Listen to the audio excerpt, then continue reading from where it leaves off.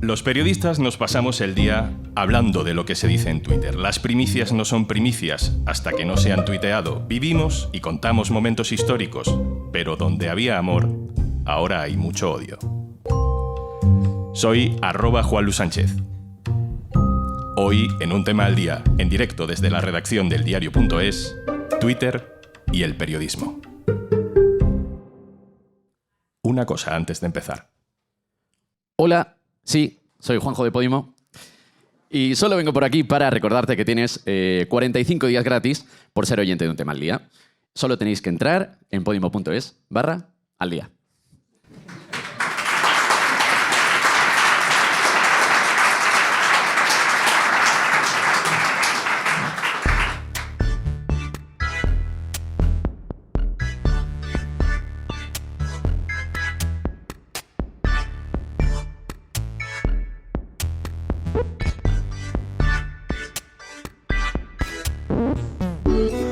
Para este capítulo me he ido a buscar mi primer tuit. Me da un poco de pudor, pero en realidad ya lo he leído alguna vez en este podcast. 11 de octubre de 2007.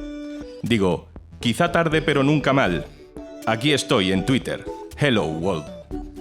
El segundo tuit era, ¿será posible que no me llegue la compra del Mercadona? Ahora que lo pienso, en esos dos tweets está casi todo. Vamos por partes. Quizá tarde pero nunca mal. Ahí se ve la ansiedad digital. Parece que llegas tarde a todo en Internet, aunque no estés llegando tarde. Y además digo pero nunca mal, que ahí tenemos la vanidad del tuitero, el ego del periodista y también la noción de que te están leyendo, te están mirando. Aquí estoy, en Twitter. La red social no como canal de comunicación, sino como lugar en el que estás, en el que te encuentras con otra gente, en el que te paras a hablar, a ligar, a reírte, a hacer activismo, a hacer periodismo.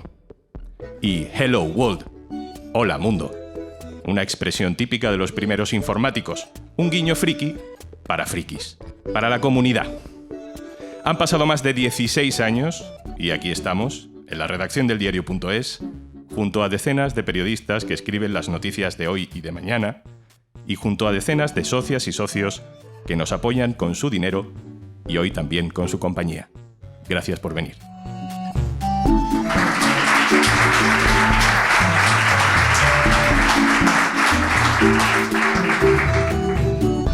Yo digo sin complejos que tengo trabajo, que tengo este trabajo, gracias a Twitter.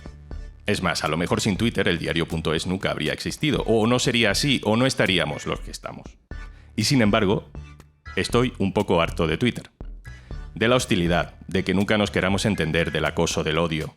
Y no soy el único.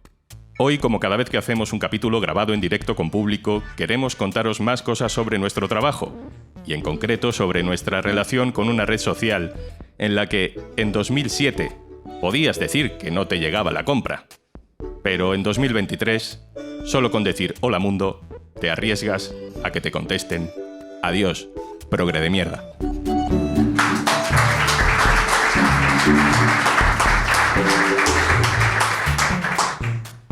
Saludo a las dos personas, a los dos compañeros del diario.es que me acompañan hoy y que sé que han amado mucho Twitter.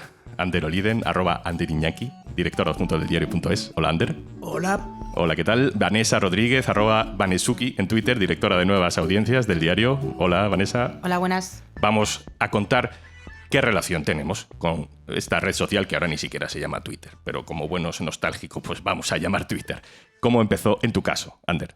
Pues a ver, yo he estado mirando también un poquito el pasado. Yo entré más tarde, año 2009, y en aquella época yo curraba en la radio. Hacía un informativo. Y en aquel momento la gente estaba hablando de, oye, tenéis esto, habéis probado Twitter, no sé qué, no sé cuánto. Y dije, voy a probar. Y a los días de entrar, entro y me encuentro con una mención. Te he escuchado en el informativo. Entonces fue, no. Y volví a cerrar Twitter y durante 4 meses no volví a entrar porque me pareció súper invasivo. Ahora, claro, estamos acostumbrados a que entras en redes sociales a exponerte, que la gente puede saber quién eres, ya te haces fotos en la playa y las subes, pero en aquel momento aquello era muy raro. Entonces, o tenías a tus amigos, pero en Facebook, y eran amigos. Entonces, en aquel momento yo me asusté un montón y fue entrar. 4 meses después dije, bueno, venga, voy a volver. Pero me resultó súper invasivo de primeras. ¿Y tú, Vanessa? Pues yo no recuerdo muy bien quién me recomendó Twitter o quién me dio paso a esta red social. Sí que era una persona que hacía de vez en cuando temas de tecnología y entonces era lo que se conocía como una early adopter, es decir, que todo lo quieres probar antes que los demás, lo que está relacionado con Internet y la tecnología. Entonces yo entré un poco antes que tú, incluso en julio de 2007, no es porque me acuerde, sino porque en Twitter cuando entras te recuerda cuál es la fecha en la que te uniste y nada, ese fue como mi primera entrada a la red social. Ander, supongo que, bueno, dices que se te pasó, que volviste de aquel susto, de la invasión en tu privacidad y volviste a Twitter. ¿Para qué? ¿Por qué? Bueno, pues porque como te dedicas a esto, empezaste a ver que la gente hablaba de cosas informativas, que podía ser interesante, que la gente pues a veces contaba noticias, que había cosas que pasaban que merecía la pena estar. Y entonces, bueno, pues volví a aquello y poco a poco me fui, digamos, enamorándome de lo que era Twitter. Llegó el 15M, llegaron algunos momentos en los que Twitter fue muy importante y que todos lo vivimos con mucha intensidad, ¿no? Se podría decir. A mí, al principio de todo, hay que recordar que estamos hablando de hace muchos años, en 2007, las relaciones en Internet eran distintas. Había un sentimiento como muy de comunidad, muy naif, en el que la gente que estaba al otro lado en la red eran como tus amigos de verdad. Esto que ahora nos puede parecer como un poco, ¿no?, creepy, ¿no?, o algo así, pero es verdad. Yo tenía como mi pandilla de amigos de Internet a los que no ponía cara. De hecho, se hablaba de desvirtualizar a la gente cuando quedabas con esa pandilla de amigos en Internet. Entonces esto hacía que Twitter en esos primeros años fuera un lugar de conversaciones muy espontáneas, muy interesantes, en las que conocías a gente que normalmente pues, no estaban en tu entorno habitual y eso lo hacía un lugar en el que realmente era muy fácil engancharte. Ander ha citado el 15M. Voy a confesar aquí algo. Ander y yo nos conocíamos de antes, pero coincidimos en esas plazas del 15M tuiteando sobre el 15M. Y con el paso de los años, en el diario.es, cuando fuimos a ofrecerle a Ander que se uniera a nosotros, lo hicimos, sí, porque trabajaba en la radio y lo hacía muy bien, pero también porque hacía un trabajo espectacular en Twitter. Y ese trabajo a todos nos dio durante años mucha visibilidad y posibilidades de hacer cosas en medios digitales. ¿Por qué crees que fue tan convulso ese momento o tan atractivo en Twitter, en redes sociales, aquel momento? Bueno, yo creo que porque todo lo que pasaba sucedía en Twitter.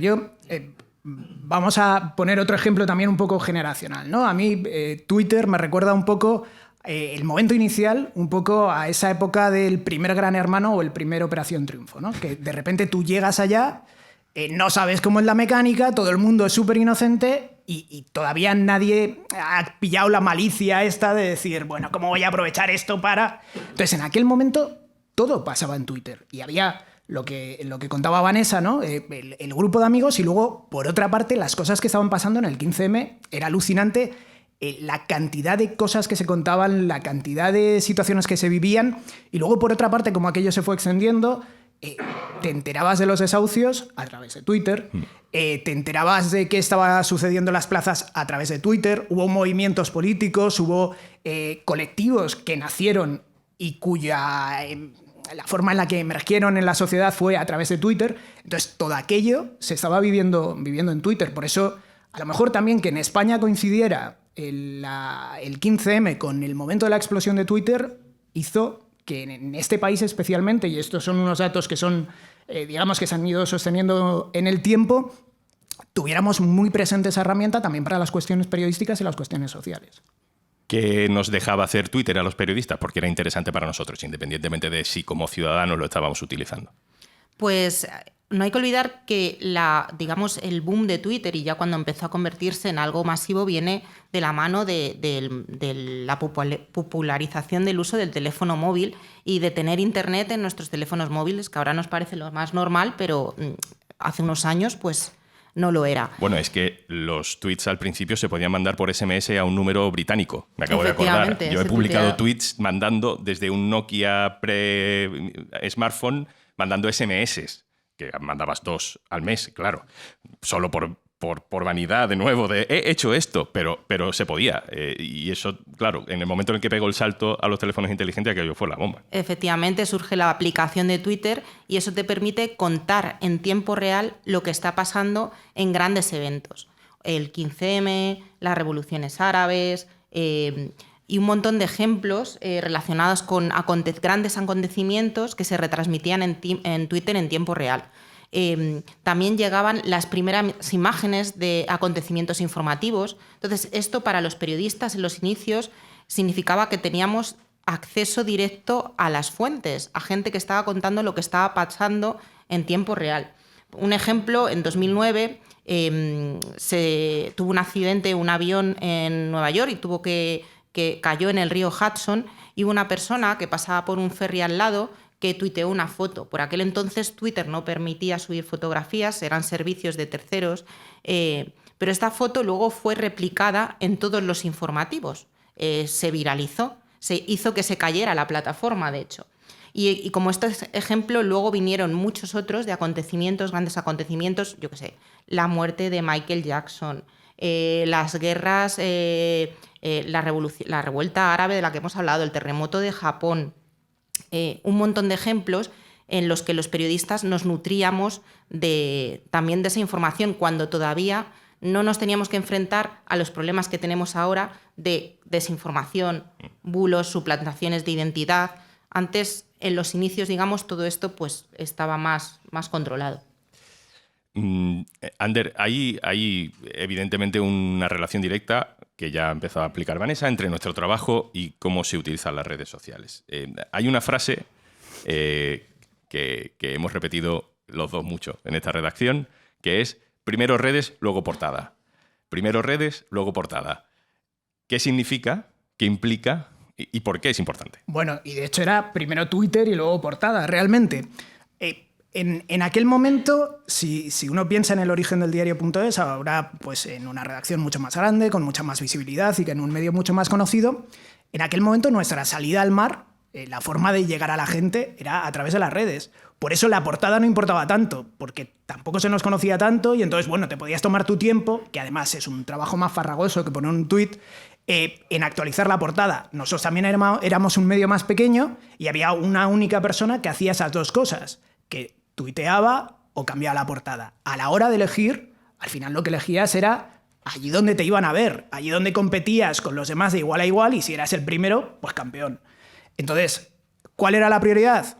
En aquel momento además no teníamos app, no podíamos mandar alertas a los móviles a la gente. La prioridad era tuitear, que la gente te viera y que se enterara de la noticia antes por ti. Y esa era la vía era a través de las redes sociales claramente. Era nuestro camión de reparto, nuestro ecosistema para crear comunidad, era absolutamente todo. Y también había como una especie de enfrentamiento de brecha, no sé si generacional, pero una brecha entre lo digital y lo analógico. Había un mundo que defendíamos todo el rato todo lo que pasara en Internet y había otro mundo que denostaba todo el rato todo lo que pasaba en Internet.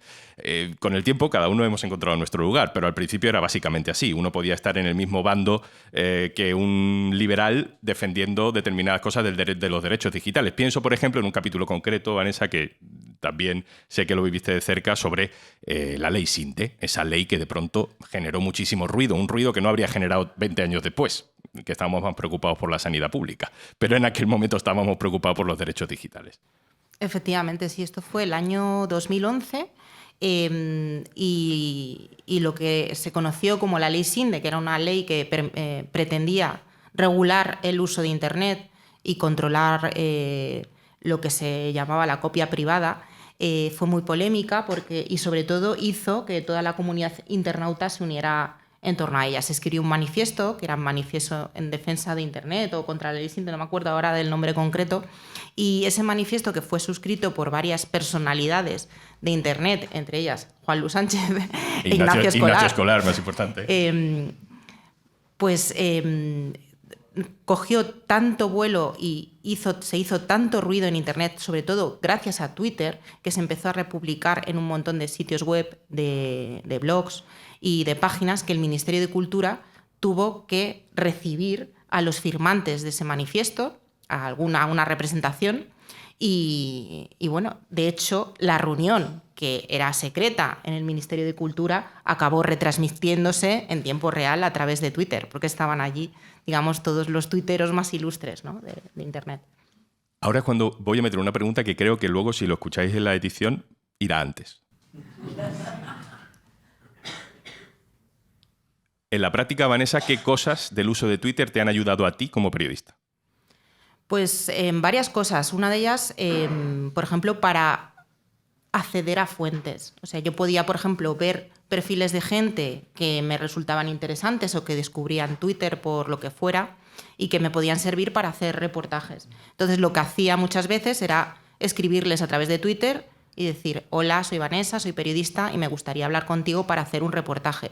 De hecho, uno de mis primeros tweets mi primer tweet, de hecho, estaba dirigida a una chica que era una desarrolladora de videojuegos, y yo estaba haciendo una cobertura informativa y quise contactarla para hacerle una entrevista y hacer un reportaje. Y ella me contestó y pude hacer el reportaje. Esta misma práctica luego a lo largo de los años también se siguió repitiendo. Y luego también, pues lo que, como comentábamos, para seguimientos de coberturas informativas, directos, conseguir información audiovisual de primera mano, testimonios, etc. Hablemos de cosas concretas. ¿Qué cuentas recordáis? ¿Qué momentos recordáis que a vosotros os engancharan a Twitter? Ahora nos da la sensación de que hay ruido por todas partes, hostilidad, todo el mundo se insulta, todo el mundo tira a favor de su posición, todo el mundo arrima las ascuas, sardina. Tiendo a creer que eso antes no era así. ¿Qué cosas os gustaban a vosotros? A ver, yo creo que hay dos vías de lo que a mí me enganchó mucho de Twitter, y una está vinculada con lo profesional, que tenía que ver con el seguimiento de un montón de eventos, conocer a un montón de gente interesante que sabía un montón y que luego los hemos acabado viendo en tertulias, etcétera, etcétera. Yo no sé si os acordáis, coincidiendo con aquel momento político, eso del 15M, los desahucios, etcétera, etcétera, surgen los nuevos partidos y ahí hay un momento en el que empiezan a aparecer politólogos por todas partes, y la mayoría de esos politólogos que ahora vemos en la tele y nos parece lo común, empezaron en Twitter. Y los veíamos mucho en Twitter y los seguíamos. De repente salía el CIS y empezaban a meter unos gráficos que analizaban, no, porque esta tendencia, esto no sé qué. Y decías, joder, ¿cómo sabe? ¿Cuánto sabe esta gente? Y entonces empezaban a escribir columnas, acabaron en las tertulias, y digamos que ahora, claro, con todo el ruido que tenemos, no nos damos cuenta de que hemos encontrado ahí a gente muy interesante. Por una parte, todo eso, la parte informativa y el encontrar a gente muy relevante. Y luego, por otra parte, la divulgación, que sí en parte tiene que ver con lo que pasaba con la información, pero con otros temas. A mí, por ejemplo, que me gusta mucho la arquitectura, pues hay una comunidad de arquitectos con una capacidad divulgativa flipante, que siguen, por suerte, en Twitter y que son un poco el descanso ahora entre tanto ruido. Gente como Pedro Torrijos, etcétera, etcétera, que hacen un trabajo espectacular. Y luego también hubo una era del Internet bonito, esto que se decía ahora que falleció hace poco el hematocrítico. Había gente impresionante haciendo humor, teniendo muchísima creatividad. Hay gente que ha seguido por ese camino. Está Nick Ordozgoiti haciendo las portadas. Y cómo nos tomábamos con humor. Yo no sé si os acordáis aquella vez que un tipo de Estado Islámico amenazó directamente a España. Y entonces salió en un vídeo y la gente, cuando empiezan a investigar, el tipo tenía origen de no me acuerdo qué pueblo, y cayeron en que era el hijo o el nieto de la Tomasa. Y empezó todo el mundo, o sea, un Estado Islámico amenaza directamente a España y España responde con memes en Twitter hablando del hijo de la Tomasa, poniéndole voces, haciendo memes, poniéndole que si viene con no sé qué, que si viene con no sé cuánto, que os voy a dar, que... Entonces dices, claro, aquello era genial, y ahí además era un poco la demostración del buen rollo que podíamos tener ahí. ¿Y Eurovisión? Bueno, Eurovisión y la tele en directo, el estar comentando, las coñas con Eurovisión y todos los comentarios. Había gente que lo vivía. Yo conozco a alguien de esta redacción que incluso se veía las semifinales para programarse los tweets de la final comentando las actuaciones. Yo conozco a esa persona. Da nombres. No voy a dar, secreto luego, profesional en este caso. No. Luego lo quitamos de la edición. Pero claro, aquello era impresionante. Y de hecho, nuestro compañero Loren de Bertele, bueno, tú sigues Eurovisión viendo la cuenta de Bertele y parte es porque es que hay gente muy creativa y esa experiencia de vivirlo en directo es muy divertida con gente comentando. Yo no sé a quién se refiere Ander, pero he de reconocer que yo eso de ver la semi para prepararme tweets lo he hecho. ¿Ves? Porque, bueno, ver Eurovisión comentando internet los primeros años, ahora es verdad que yo también, hasta me he cansado también de eso, ¿no? Pero era divertidísimo, llorabas de la risa con el ingenio que tenía la gente y bueno, preparándote los llamados parecidos razonables, que era cuando salían con una vestimenta al país no sé quién, pues ponías una referencia de a quién se parecía. Y bueno, Eurovisión es uno de esos fenómenos televisivos. El hematocrítico popularizó ¿Quién quiere casarse con mi hijo?, con los llamados tróspidos. Y la televisión, comentar, o sea, de nuevo la televisión se convirtió en una experiencia compartida, que era algo que se había perdido en nuestro país. De tener una sola televisión en las casas, en las que nos reuníamos alrededor de ese televisor y solo veíamos 1 o 2 canales, o cuando había 5, pasamos a que cada persona tenía la televisión en su casa o a verla en diferido porque apareció la televisión a la carta. Entonces Twitter volvió a crear ese fenómeno de ver la televisión de una forma compartida, de que fuera un fenómeno en el que se hablaba en torno a un mismo programa y en un mismo momento de la televisión. Y entonces eso fue también una experiencia muy bonita. Es decir, que había una contra, que es que cuando llegaba algún final de temporada de tu serie favorita, véase Perdidos, que te habías tragado no sé cuántas temporadas, pues ese día no se podía ver Twitter porque te comías el final, te comías el spoiler, y entonces yo me tiraba como una semana sin abrir Twitter por miedo a comerme el spoiler. Bueno, y viendo los trending topics diciendo, si aparece este nombre, quiere decir que a lo mejor ha muerto, y entonces no quiero mirar.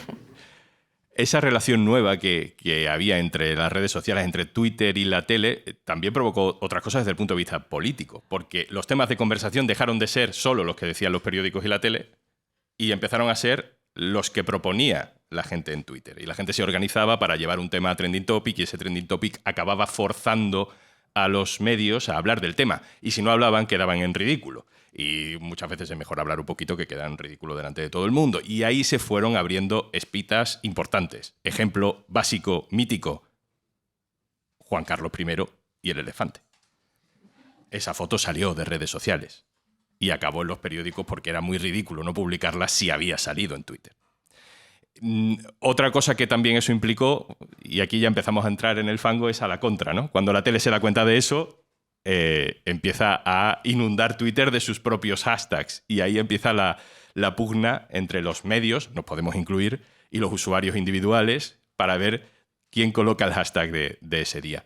Aún así, yo creo que vivimos unos años donde eso era como muy productivo, era muy sano, había temas de debate importantes, como que se demostró que a la gente le interesaban determinadas cosas que se suponía que no interesaban y estaban todo el día tuiteándolas y hablando de ellas. El Internet bonito tanto por el humor como por el debate democrático. ¿En qué momento eso se empieza a desmoronar? Yo creo que ocurren dos cosas distintas. Por una parte, los usuarios y la sociedad. Aquellos concursantes de Gran Hermano de la primera temporada que entran y que todo es campo, pues con el tiempo empiezan a aprender estrategias y se convierte en un campo de minas. Y entonces la gente empieza a aprender estrategias, ya sabe que si está ahí puede conseguir cosas, los partidos también se dan cuenta, los programas de tele, los medios de comunicación. Entonces aquello se empieza a pervertir. Es decir, había una época en el 15M que la gente se pasaba por el móvil un hashtag diciendo oye, hoy se va a hablar con este hashtag. Y eso no era problemático porque al final cualquiera decía lo que quería a partir de ese hashtag. Pero hubo un momento en el que eso ya era organizado y un partido político, el que fuera, lanzaba un hashtag. Y además un mensaje específico. Y luego surgió otro que además ya tenía bots programados y aparecían 10.000 personas diciendo la misma cosa, que no eran personas ni nada parecido. Entonces, hay una parte que eso, desde el lado, digamos, normal de la herramienta, empieza a pervertirse. También el ambiente, yo creo que también el ambiente político. Es decir, de la misma forma que la entrada de la ultraderecha en los parlamentos ha hecho que el ambiente político en los parlamentos sea distinto al que era, pues el ambiente en las redes sociales y el ambiente social y el clima social también es distinto al que era. Y luego lo que ha pasado también horrible es la herramienta. aquello que se llamaba Twitter, que ahora se llama X, que es propiedad de un señor con mucho dinero y con ideas pues a veces geniales y a veces locas, muchas de ellas locas, pues que se ha cargado la herramienta, que tienes tweets patrocinados por todas partes, que tienes usuarios que pueden pagar para ser más visibles, sin ningún tipo de control del contenido, que además los controles del contenido han bajado muchísimo, no es una cuestión de censura, pero es que han desaparecido pues cosas que son evidentemente un bulo, evidentemente mentira, evidentemente o terriblemente violentas y que ahí están permanentemente y que van circulando. Entonces, claro, todo se ha pervertido por un lado porque los usuarios han aprendido y los que no lo quieren usar inocentemente han aprendido, y por otra parte la herramienta ha empeorado muchísimo y ha facilitado que todas esas perversiones sean mucho más fáciles de lo que lo eran. Como dice Ander, yo creo que ha habido varias cosas que mataron desde mi punto de vista a Twitter. Para mí el declive empezó hace muchos años y puedo poner como fecha el 2011, que es cuando empezaron los tweets promocionados. Entonces eso hizo que se perdiera esa espontaneidad y ese timeline en el que tú decidías qué querías ver, y ahora pasaba a ser la empresa, porque no deja de ser una empresa, ¿no? Aunque por los primeros años no lo creyéramos, ¿no? La empresa decidiera qué es lo que tenías que ver. Entonces, para mí eso fue el principio del fin, que ha desembocado en la era de Elon Musk, que ya es el desastre total y que ha destruido por completo cualquier tipo de interés que pudiera tener la plataforma. Desde mi punto de vista, ahora mismo Twitter no sirve para nada.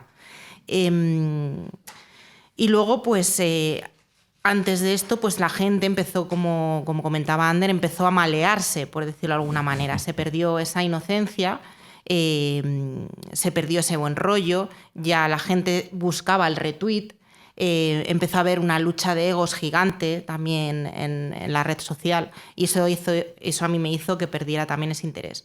Se dificultó a la vez el uso de Twitter como herramienta, y cada vez era más difícil encontrar esto que para mí era muy atractivo, que era encontrar perfiles interesantes, encontrar gente con la que hablar, a la que entrevistar, encontrar noticias.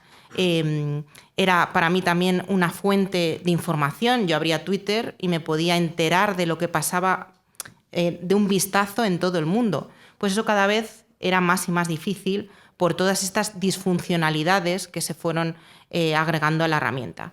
Y a día de hoy pues sigo usándola, pero casi por lo mismo por lo que entré, pero por una curiosidad, pero al revés, por decirlo de alguna manera, ¿no? Por ver cómo termina todo esto. Por asomarte al infierno de algunas de las cosas que pasan, ¿no? ¿Y tú qué culpa le otorgas al producto en sí?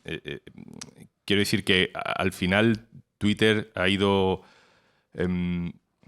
ejemplo de paro, porque esto no va a ninguna parte, de pregunta que no va a ninguna parte. Aprovecho para toser. Ella tose. La gente del YouTube también va a poder ver este making of. En los primeros años de Twitter yo defendía mucho, incluso de Facebook, que las redes sociales ayudaban a la construcción democrática, porque la palabra ya no la tenían 4 propietarios de medios, o 10 o 100 propietarios de medios, sino millones de personas usando su propio sistema de publicación para decir lo que les dé la gana, y que eso nos debería llevar, idealmente, a algo bueno. Lo que pasa es que cuando aquí eso se compenetraba más o menos con la realidad de lo que veíamos en las calles, en otros países me decían, gente con la que te encontrabas por ahí, mira, Juan Luno, en Brasil estamos viviendo lo contrario. En Reino Unido hemos vivido con el Brexit lo contrario. En Estados Unidos estamos viviendo Trump, Cambridge Analytica, lo contrario. Eso que pasa en España, bueno, puede pasar en España, puede pasar un rato en Turquía y otro rato en Egipto. Pero en realidad la tendencia general es que la herramienta está sirviendo para dificultar la convivencia y no para construir cosas bonitas. ¿Vosotros creéis que eso tiene que ver con el formato de Twitter, que tiene que ver con el momento político? ¿Le echamos la culpa al ciclo político o le echamos la culpa a Twitter?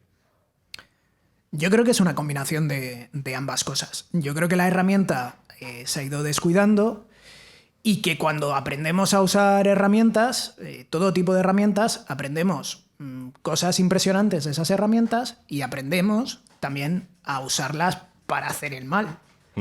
Y pues cuando era una cuestión de usuarios individuales, pues digamos que tenía un uso en el momento en el que entran las organizaciones, sean del tipo que sean, empresas, empresas que convierten su modelo de negocio en cómo manipular la red social, porque claro, Cambridge Analytica es un ejemplo de eso, pero hay muchas más, o sea, es decir, tú podías entrar por ahí y encontrarte empresas que vendían seguidores, empresas que conseguían montar un trending topic, empresas que te llenaban de bots y conseguían transmitir un mensaje. Entonces, bueno, pues se ha aprendido entre que la herramienta, digamos que ha ido perdiendo calidad y que hemos aprendido a usar la herramienta para hacer el mal, han aprendido a usar la herramienta para hacer el mal, pues la cosa se ha ido degradando.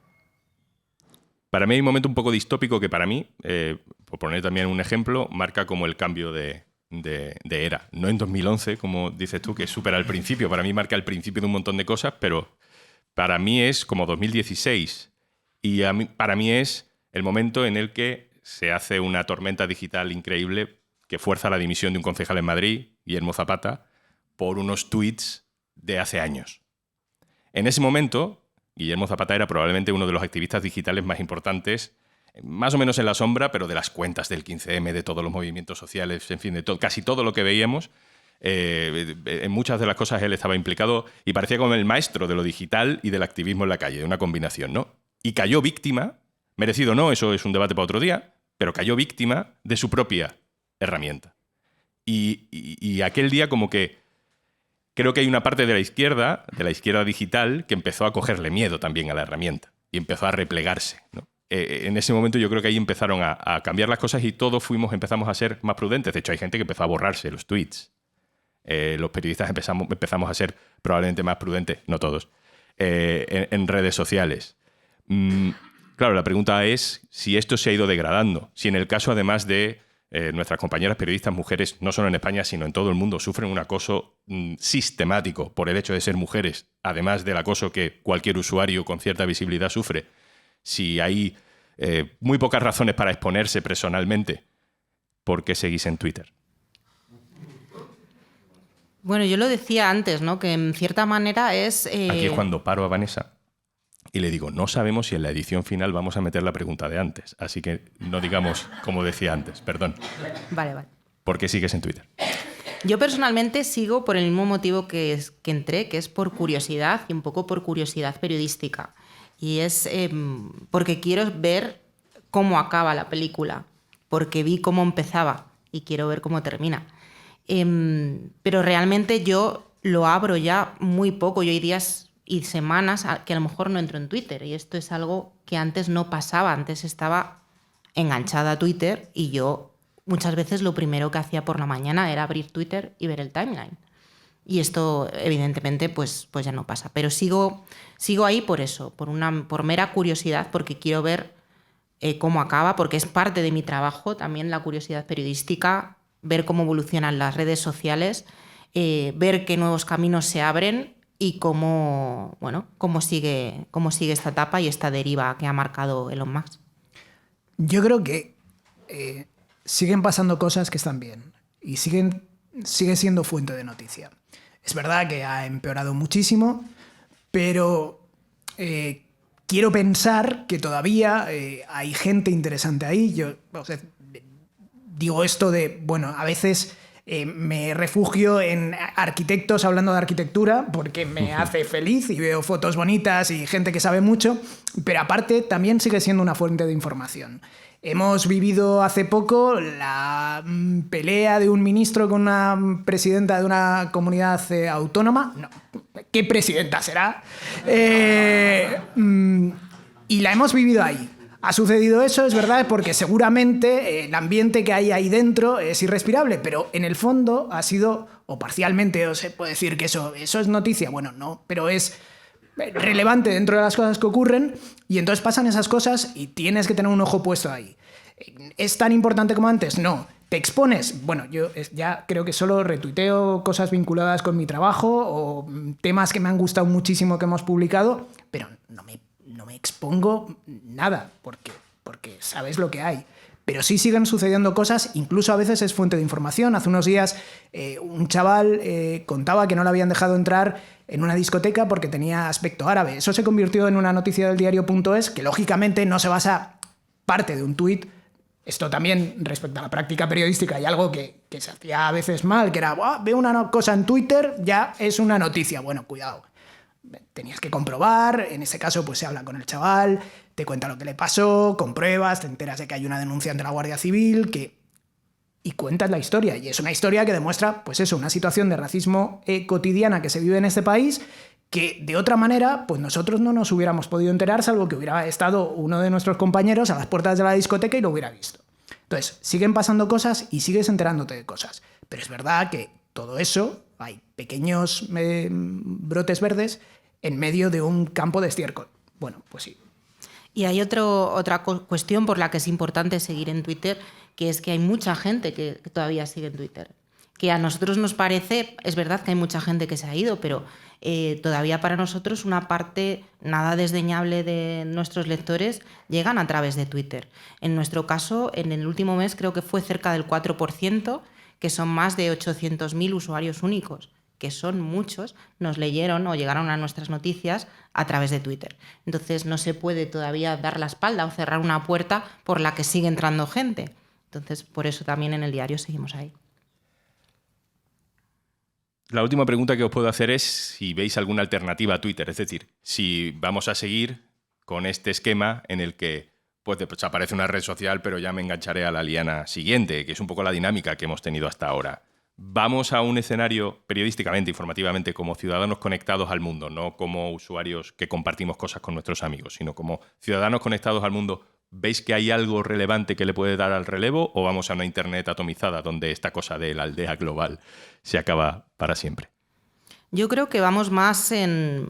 No creo que se vaya a repetir Twitter o Twitter como lo conocimos, ¿no? En parte porque Twitter ya fue y porque nosotros ya somos otros también. Hemos cambiado, ¿no? Como ha cambiado el panorama mediático y ha cambiado Internet. Entonces han surgido nuevos proyectos que intentan llenar el hueco que está dejando Twitter y que en cierta parte imitan ciertas de las características que nos gustaban de Twitter. Una de ellas es Mastodon, que es una red social basada también en código abierto, pero bueno, es una red social muy de nicho, no es intuitiva, es difícil entenderla para mucha gente. Es verdad que es un poco aquel sitio donde estaban los frikis en Twitter al principio, ¿no? Es un poco ese ambiente y además con gente que habla, que interactúa y que tiene buen rollo, que es sorprendente a estas alturas, pero es verdad que por ahora muy de nicho. Pero el diario.es está ahí y si nos queréis seguir en Mastodon, ahí estamos. Luego está Blue Sky, que está apoyada por uno de los que fue creadores de Twitter y que también ahora mismo funciona solo mediante invitación. Es decir, si tú quieres entrar en Blue Sky, alguien te tiene que haber dado una invitación para crearte un usuario. Por eso todavía tampoco acaba de despegar, porque hay muy poca gente. También tenemos creada la cuenta en Blue Sky, aunque todavía no hemos tuiteado nada ahí. Pero bueno, ahí estamos a la espera de ver qué es lo que funciona mejor. Y por último, en esta sucesión de nuevas redes que intentan llenar ese espacio, está Threads, que es una creación de Meta, es decir, de Facebook. Y bueno, todavía no está en España porque la legislación europea impide que se abra en nuestro país y habrá que ver si alguna de ellas llega a ser algo numéricamente parecido a lo que fue Twitter, pero yo dudo que haya de nuevo esa gran red social en la que estábamos todos y todas. Si ese es el esquema, a mí al menos me parece que hay una especie de repliegue de las redes sociales a otro tipo de formatos. Los que empezamos con los blogs, llegamos a Twitter encantado de la vida porque aquello era mucho más fácil, no tenías que poner enlaces ahí a la derecha en el blog roll y no sé qué. Llegamos a Twitter y nos encontramos algo muy agradable, pero cuando hemos vuelto a la vista atrás, para volver a los blogs ya no estaban. Y entonces hay formatos como para volver a un punto intermedio que creemos que pueden ser los boletines electrónicos, los podcasts como este y otros muchos, donde hay gente que de otra manera, con un tono un poco más calmado, explica cosas que son de pura actualidad. A lo mejor no puedes estar todo el día conectado, pero sí que te puedes enterar en un boletín de un resumen diario. Bueno, hay otras formas como un punto intermedio entre la hiperconexión que ya nos cansa y la desconexión total, que no la queremos. Una cosa intermedia. Y por eso estamos probando este tipo de formatos nuevos, en este caso con un tema al día y con los boletines que muchos compañeros en la redacción hacemos. El mío es diario, hay otros semanales en cada sección. En fin, os invito a que os apuntéis porque es una manera como de encontrar ese O ese incluso punto nuestra intermedio. cuenta de WhatsApp. O Véase.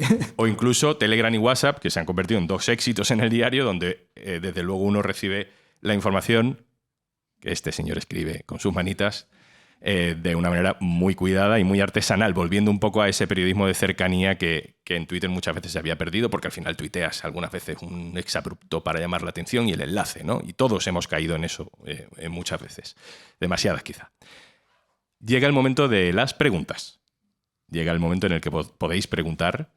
Os pediré que digáis vuestro nombre y que hagáis una pregunta y que sea concisa en la medida de lo posible para que luego sea fácil editarla para el podcast. ¿Quién empieza?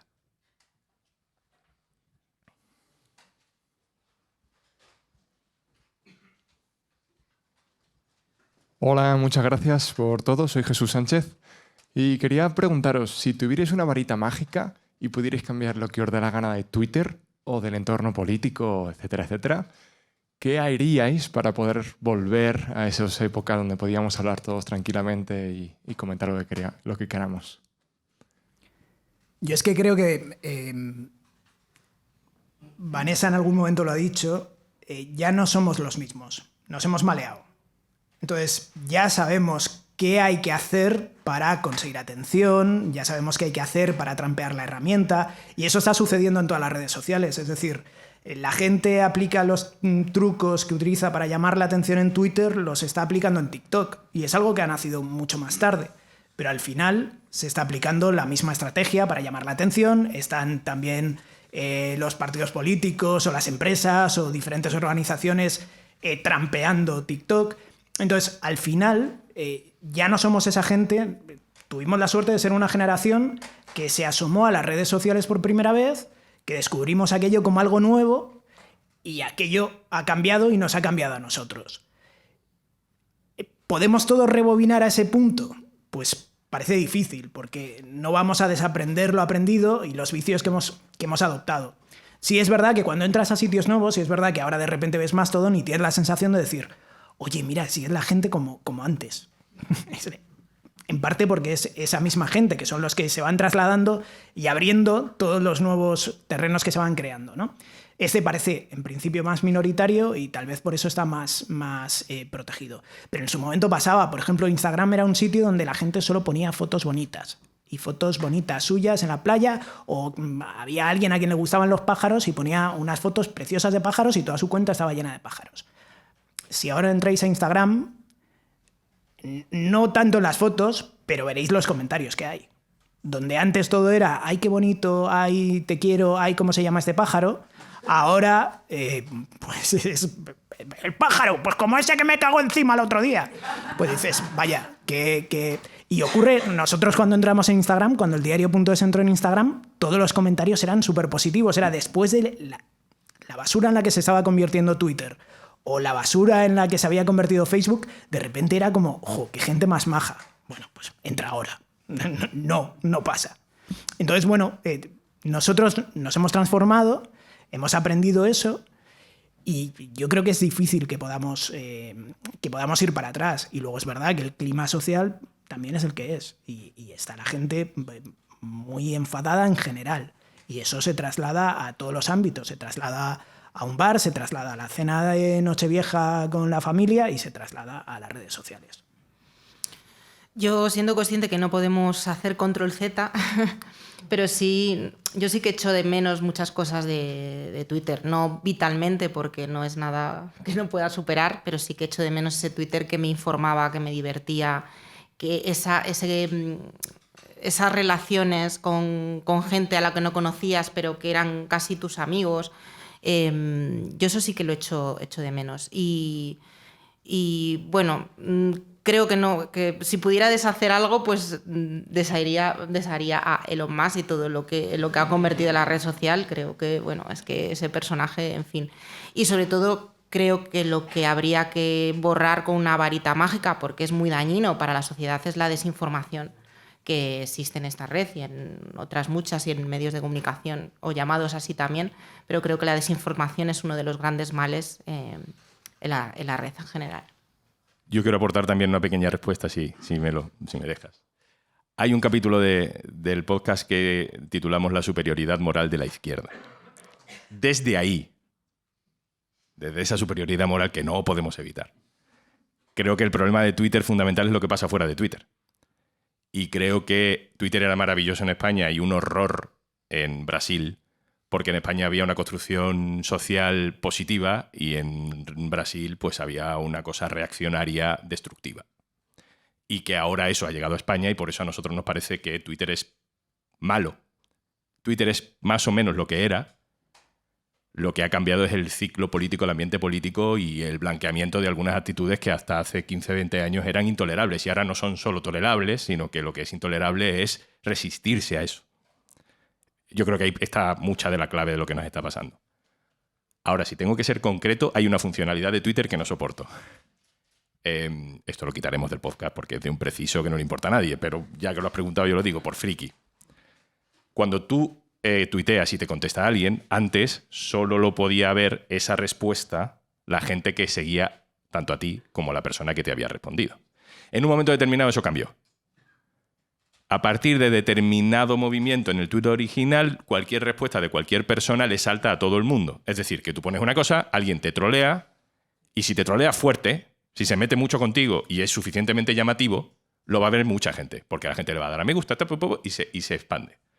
Para mí eso fue un cambio radical, porque tú antes podías debatir con la gente, intentar convencerla, yo tuiteo, tú me respondes, pues yo no estoy de acuerdo, Juanlu. Entonces yo te digo, hombre, pero no sé qué. Y tú, pues no, porque no sé cuánto. Y hay un intercambio en el que a lo mejor tú al final dices, bueno, tío, gracias por el debate. Y yo te digo, oye, gracias por la crítica, llevabas razón. Pero ahora yo ya no hago eso y mucha gente no hace eso, porque cualquier respuesta valida al otro como usuario al que todo el mundo ve. Y tú no sabes si el que viene a darte o no a darte. Lo que hace es que te retraes. Y hay muchísima gente que ha empezado a retraerse y hay mucha gente que simplemente busca la visibilidad siendo troll. Tweet potencia el troleo. Absolutamente. Y eso es un problema, claro. Beneficia el ruido, beneficia el tráfico, beneficia la polémica, pero nos perjudica a todos un poco, ¿no? Perdón, otra pregunta. Aquí.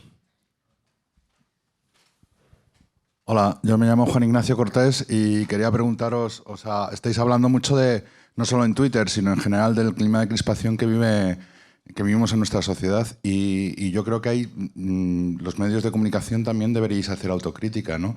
Te quiero decir porque muchas veces convertéis en noticia y estáis hablando, o sea, yo estoy cansado de quitar tertulias de la SER diciendo, bueno, no deberíamos estar hablando de esto, pero estáis hablando de eso, joder. O por ejemplo, por poner un ejemplo, el otro día la historia esta de Me gusta la fruta de Isabel Díaz Ayuso, pues al final no deja de ser una gilipollez, ¿no? Y estuvo toda España hablando sobre el tema, pues no sé, durante semanas. No sé qué opinión tenéis sobre esto. Hay debate. Podemos debatir. A ver, es complicado. Voy a poner un ejemplo. Nosotros hicimos, y así ayudo a que Ande vaya elaborando respuestas. Hace relativamente poco hicimos un capítulo sobre lo que había pasado, más allá de lo puramente noticioso, en el Congreso de los Diputados. Le llamamos la cara B de la investidura. Y en el titular yo puse ya no me acuerdo qué, al me gusta la fruta. Puse me gusta la fruta en el titular como un elemento que me parecía que a la gente le va a resultar atractivo de... sí, van a hablar de esto y de todo lo que pasó. Vale.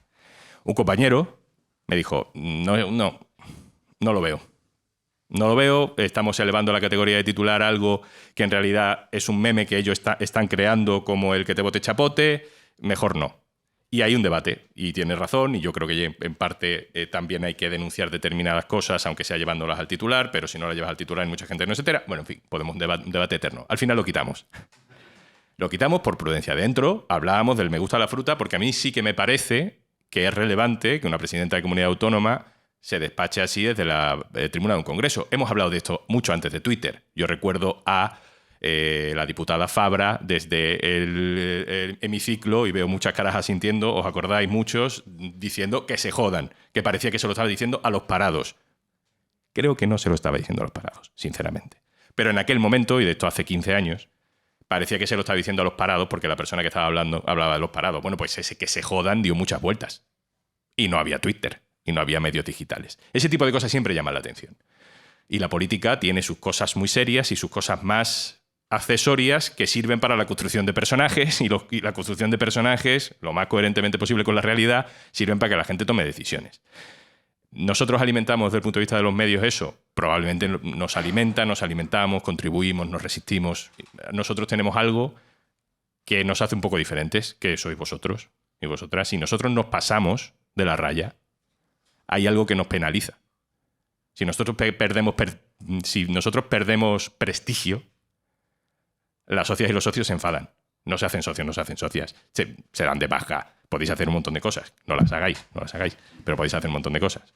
Hay otra gente que no tiene ese tipo de incentivos. Entonces echa leña al fuego, porque, hombre, ya, bueno, sí, el prestigio. Eso nos da de comer. A nosotros sí. Entonces no nos podemos pasar. Y en ese equilibrio estamos. No te puedo dar una respuesta súper contundente de sí, hay que hacerlo, no hay que hacerlo. Bueno, hay que guardar ciertos equilibrios y de todo tiene la información política, desafortunadamente. Porque si no, llegará un día en que habrá alguien que diga una barbaridad extrema, como hay que colgar de los pies al presidente del gobierno, y diremos, uy, ¿esto de dónde ha salido? Pues sale de todo lo anterior. De todo lo anterior que se ha permitido decir sin darle importancia. Y es esa la cuestión. Es decir, nosotros, por ejemplo, en ese caso, en el de Ayuso, creo que en ningún momento la frase entrecomillada estuvo en un titular. No estuvo. Y fue una decisión voluntaria para no caer en la trampa de qué cosa tan graciosa ha dicho que... No, porque en el fondo lo que estaba haciendo era insultar al presidente del gobierno. Sea este presidente del gobierno de un partido político, o sea, cualquiera, sea... es decir, ¿hasta qué punto están dispuestos o algunos a degradar el ambiente político hasta llegar al punto de hablar de un presidente del gobierno colgado de los pies? De hablar de otro político, de hablar de otro líder político. Entonces, al final lo que haces es intentar mantener equilibrios. Nuestros incentivos como medio de comunicación, digamos que nosotros tenemos dos incentivos. Hay algunos que solo tienen un incentivo, que es el tráfico o la audiencia. Pongamos la tele, la audiencia, en nuestro caso el tráfico, que es como llamamos a la gente que nos visita. Y, sin embargo, el diario.es tiene ese otro incentivo del que hablaba Juanlu, que es el apoyo de las socias y los socios. Entonces, nosotros nos tenemos que mover en ese equilibrio. Es decir, vale, nos interesa la audiencia, pero no nos interesa la audiencia a cualquier precio, porque entonces lo otro dejaría de funcionar. Y para nosotros es muchísimo más importante. Es decir, si no tienes audiencia, es verdad que nadie te conoce y no se produce el otro efecto. O sea, tampoco olvidemos y tampoco vamos a despreciar, ¿no? Aquí no somos tontos ni somos ingenuos. Pero claro, tienes que jugar con esas dos cosas. Y también es verdad que hay otras cosas que no puedes ocultar. Lo que no puedes limitarte es a contar anécdotas permanentemente. Es decir, todas las tonterías que se le pasen por la cabeza al determinado político de turno, que en el fondo se dedica a hacer eso para que no se hable de otras cosas. Ayer publicábamos una historia que era ¿cuándo vamos a hablar de la gestión de Ayuso? Y si hablamos de la gestión de Ayuso, se titulaba así. Y lo que había dentro es lo que está haciendo la Comunidad de Madrid ahora que Ayuso tiene mayoría absoluta y cómo está utilizando el rodillo de la mayoría absoluta mientras hace esas cositas tan graciosas de, digo, una barbaridad, de hoy cuando la ministra de Sanidad dice que va a aumentar la regulación del tabaco, dice, ay, es que hay drogadictos por las calles y tú te preocupas porque la gente esté fumando en terrazas. Bueno, pues estas cosas que ella hace mientras hace otras cosas. Y es verdad que no podemos estar todo el rato mirando al dedo en lugar de mirar a la luna. Pero también es verdad que esas cosas que hace son relativamente significativas y marcan pues, el tono de determinados debates o marcan la degradación del ambiente político. Y eso también hay que contarlo. ¿Cómo mantienes el equilibrio? Yo entiendo que es complicado. Y si estás constantemente hablando del ruido, pues lo que no se va a ver es todo lo demás. Pero no hablar del ruido tampoco va a hacer que desaparezca. Entonces, entiendo lo que dices y muchas veces decimos no vamos a contar esto porque no voy a pasar por ahí o no le voy a dar el entrecomillado del titular, sino que voy a decir ese entrecomillado de ahora ha tenido una idea muy graciosa y lo va a convertir en camisetas, pero sí que aparezca en campaña electoral un camión en Castilla-La Mancha poniendo que te bote chapote, pues dices, pero esto, o sea, o que se esté diciendo que te bote chapote en la JMJ unos chavales mientras hay víctimas de ese tipo que están sufriendo escuchándolo, pues dices, claro, si yo lo difundo, estoy animando, y encima lo difundo con cierto escándalo, estoy animando a que haya gente que dice, les jode. Vale. Pero al mismo tiempo, no contarlo o no contar que eso está sucediendo tampoco acaba de ser lo más responsable. La cuestión es mantener el equilibrio, es intentar buscar el equilibrio. Pero lo que a mí me parece es que el equilibrio está totalmente... Puede ser. No, puede ser. Puede ser, pero yo creo que en nuestro caso el tratamiento es diferente. Y es diferente porque tenemos estos debates, porque pensamos cuando damos algo, pensamos si darlo o no, debatimos por qué hay que darlo y lo reflexionamos, porque hacemos ese ejercicio. La diferencia es que hay otros medios que no lo hacen y que siempre son medios que se basan en publicar el zasca, el conocido como zasca. Durante un tiempo, muchos medios se alimentaron de Twitter precisamente y de las noticias que salían de Twitter eran los llamados zascas, que es Pepito le ha respondido a fulanito no sé qué barbaridad. Y eso era elevado a la categoría, como bien has dicho tú, de noticia.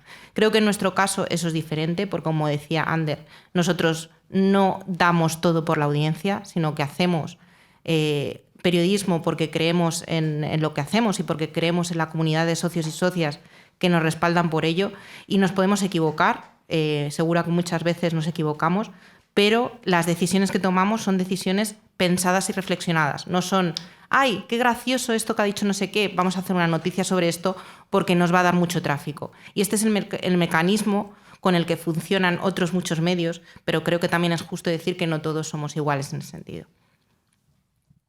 ¿Alguna pregunta más? Hola, yo me llamo Sergio Estival y os quería preguntar, así en plan pureta hemos estado hablando todo el rato de Twitter, ahora Twitter ha cambiado de nombre. Antes, por tanto, usar Twitter se decía tuitear, se podía retuitear, ahora que es exear y reexear. Él no lo sabe, el culpable de eso no lo sabe. De hecho, hace poco estuvo en un evento del New York Times, le preguntaron por ello, y entonces él hablaba de postear, que es el término que se usaba para Facebook, por ejemplo. Y no sabe porque funciona así. O sea, es decir, él tiene una idea... Os voy a poner un ejemplo. Hace unos meses, un par de meses, para gran drama en las redacciones, dejaron de aparecer los titulares en los enlaces. Entonces todos nos hicimos en los enlaces empezó a aparecer solo la foto en Twitter, no el titular que estaba debajo, que era lo que nosotros llamamos, o lo que Twitter llamaba Twitter Card, ¿no? La tarjeta en la que tú veías la foto correspondiente al enlace y el titular debajo. Entonces todos empezamos a teorizar sobre por qué había hecho esto este señor. Y era como, no quiere quedarse con todo el tráfico dentro de Twitter, entonces quiere que no se vean los titulares para provocar que la gente se quede en Twitter y no vaya a esos enlaces. Es posible que parte de eso sea así. Su explicación es que era muy feo. Y viendo su pauta de comportamiento, tampoco sería raro que una mañana hubiera dicho, ¡buah! Esto es una mierda. Fuera titulares. Que quede la foto, que es mucho más bonito. La cuestión es que hace unas semanas ha dicho que va a volverlos a poner. Porque ahora le parece que está feo y que no se entiende. Y entonces ahora dice que va a poner el titular no donde estaba antes, que era debajo, sino creo que por encima. Y entonces dentro de unos días nos despertaremos aquí en la redacción y encontraremos que los titulares están no sé cómo, no sé dónde, y entonces tendremos que ingeniárnoslas para ver cómo hacemos para que la gente se dé cuenta de que los titulares están ahí. Claro, es que la pregunta... Entonces todo lo hace así, lo llamó X porque en su época quiso crear una empresa que se llamara X y entonces él estaba con su X en la cabeza, de repente le puso un logo, luego se dio cuenta que el logo estaba medio registrado, entonces cambió el logo y tocó no sé qué. El cheque azul lo cambió. Funciona así. Pero sí. Y bueno, el cheque azul, la pregunta, o sea, era un poco... azul que vino, que se fue, que... La pregunta era un poco chascarrillo para introducir, digamos, un debate más serio, y es que, claro, esto pasa porque al final, Twitter es un ejemplo, el diario.es para nada, pero por donde voy es un poco que la libertad de prensa no se convierta en la libertad del dueño de la imprenta, ¿no? O sea, esto al final, yo desde que salió la Twitter como empresa, yo lo pensé, se decía la plaza del pueblo, no, la plaza de mi pueblo no tiene dueño. Esto es una compañía y si llega un loco y se hace dueño con ella, puede hacer estas cosas. ¿Y por qué no? Si es mi balón y me lo llevo cuando quiero, ¿no? Entonces, habéis mencionado también... En Estados Unidos las plazas sí tienen dueño, muchas. Literalmente. La Rockefeller Square, o sea, y vamos a eso. Claro. Entonces, habéis mencionado, creo que ha sido Mastodon. Hay un...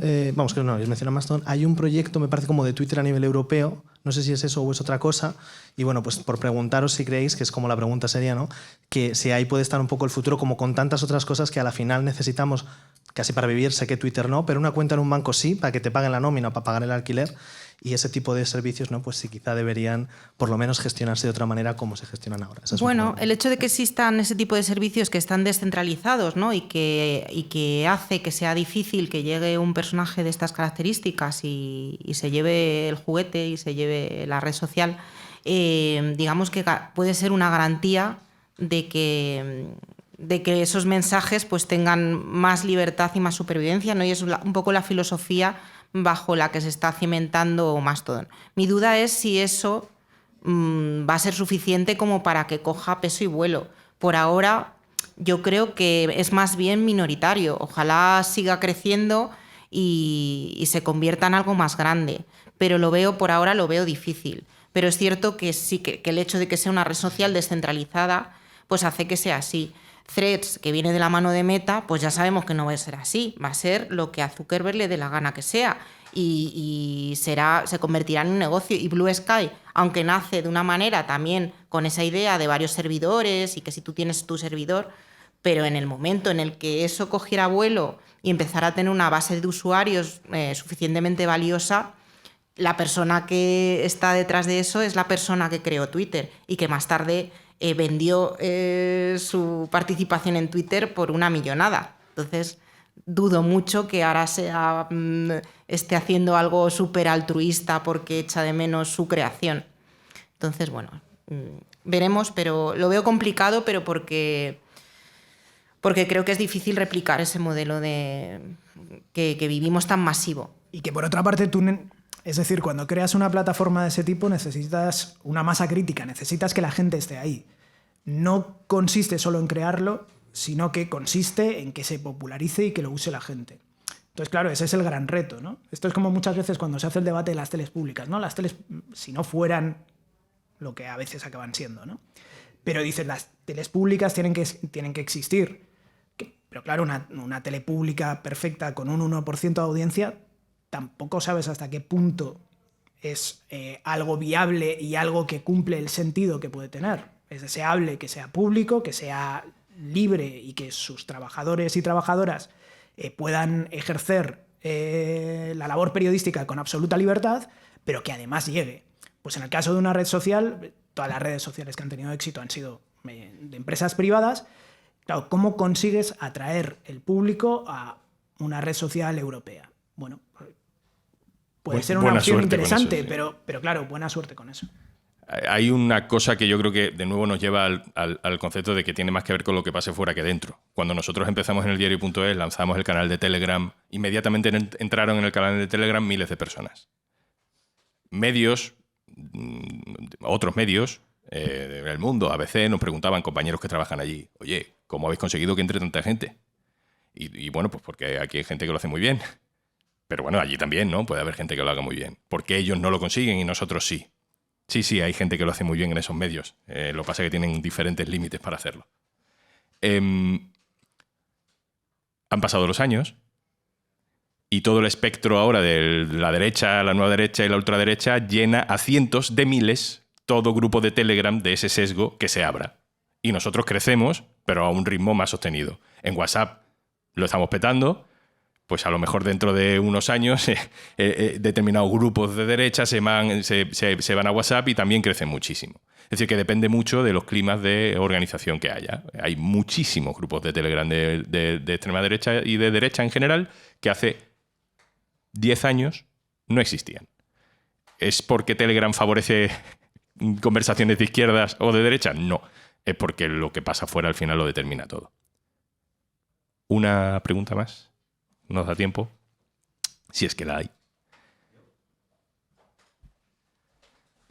¿Alguna socia que quiera hacer alguna pregunta, por favor, que lo haga? Que si no tenemos pleno de hombres, que eso no mola. Hola, soy Fernando Casado y bueno, mi pregunta es, ¿qué opináis sobre la autorregulación dentro de las redes sociales de los propios usuarios? Yo, por ejemplo, soy usuario de LinkedIn, es una red profesional y no veo que se haya pervertido en absoluto como se han pervertido, por ejemplo, Twitter.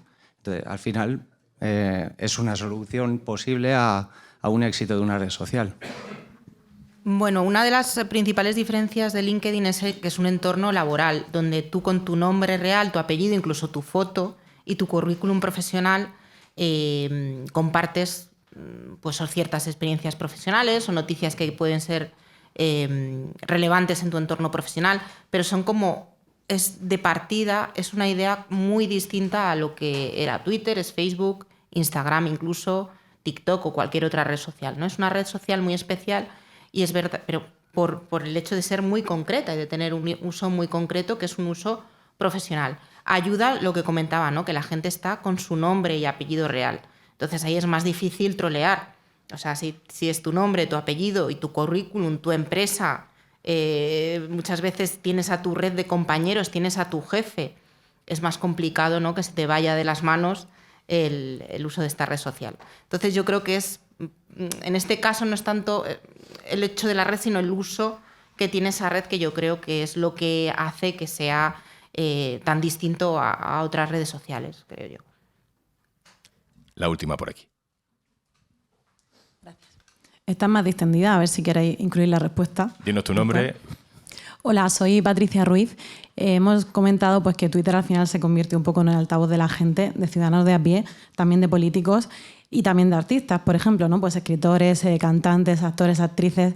A mí se me ocurre, por ejemplo, Arturo Pérez Reverte, que es una estrellita, ¿no? En la red social. ¿Os ha pasado que a raíz de tener esta ventana a las opiniones directas de personajes públicos que igual pues, les entrevistaban una vez al año y ahora tienen un altavoz diario, os ha decepcionado alguien? O no sé si queréis dar algún nombre, pero ¿os ha pasado esto a raíz de tener ese acceso directo a gente famosa? La respuesta es sí.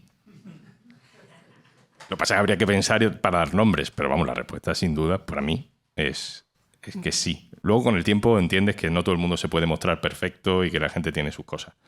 Pero hay mucha gente que da sus opiniones y se te cae del pedestal. Eso lo hemos vivido con todos, ¿no? Y lo hemos vivido algunos patinazos míticos. Me acuerdo que hubo uno de Bisbal que no sé si tuvo que ver con las revueltas en Egipto o el terremoto de Japón. Las revueltas en Egipto.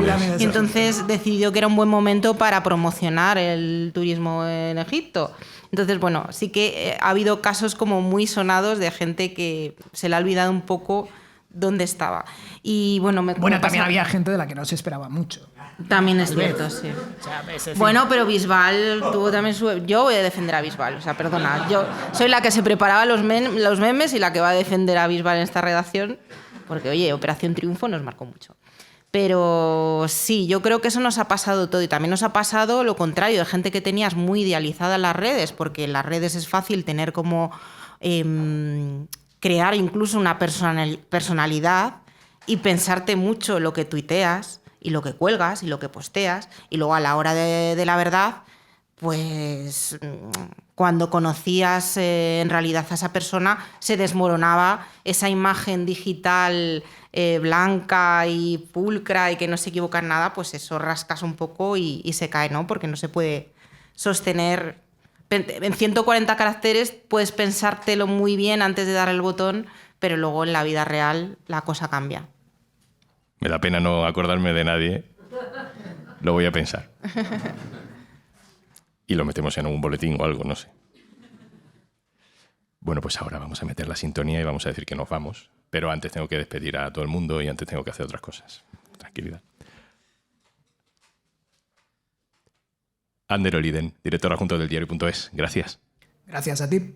Vanessa Rodríguez, un abrazo fuerte, muchas gracias. Muchas gracias. Vanessa Rodríguez, directora de Nuevas Narrativas del diario.es. Muchas gracias. Nuevas audiencias. Nuevas audiencias. Otra vez. Lo puedo coger del principio. A veces pasa, cuando me equivoco, cogemos el trocito que he dicho antes y lo pongo al final. Vanessa Rodríguez, directora de Nuevas Audiencias del diario.es. Gracias. Muchas gracias. Y antes de marcharnos... Hola otra vez.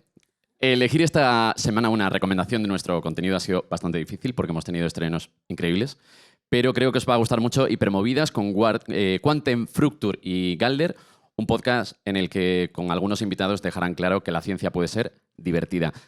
Aquí es cuando ponemos el trocito, hay que editarlo luego. Y para escucharlo y para disfrutar de todo el contenido exclusivo de Podimo, gratis 45 días, solo tienes que hacer una cosa, entrar en podimo.es/al día.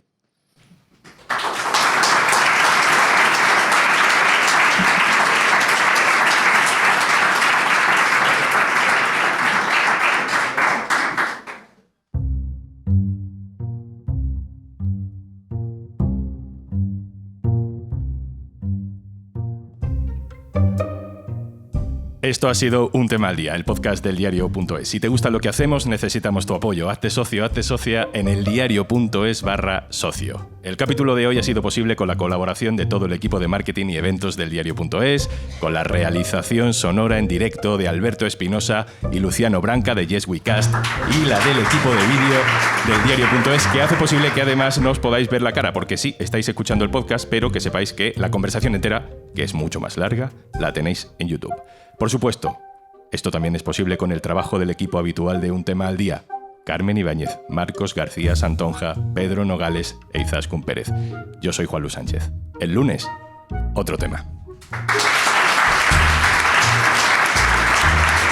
Gracias por venir.